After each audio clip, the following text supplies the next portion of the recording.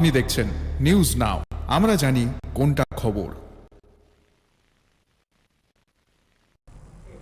राज्य के जनजाति समुदाय के समाज नेताओं ने मुख्यमंत्री से मुलाकात की। बैठक के दौरान उन्होंने मुख्यमंत्री के साथ कस्टमरी लॉ और मंदिर विकास सहित विभिन्न महत्वपूर्ण मुद्दों पर चर्चा किया।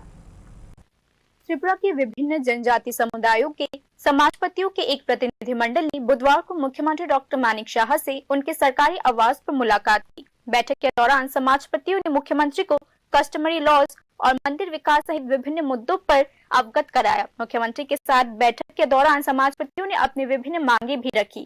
इस संबंध में राज्य सरकार जनजातियों के समग्र विकास के लिए प्रतिबद्ध है और समाजपतियों की मांग को चरणबद्ध तरीके से पूरा किया जाएगा। मुख्यमंत्री डॉक्टर मानिक शाह ने यह बात कही। मुख्यमंत्री डॉक्टर मानिक शाह ने कहा कि समाजपतियों का कल्याण भी सरकार की प्राथमिकता है।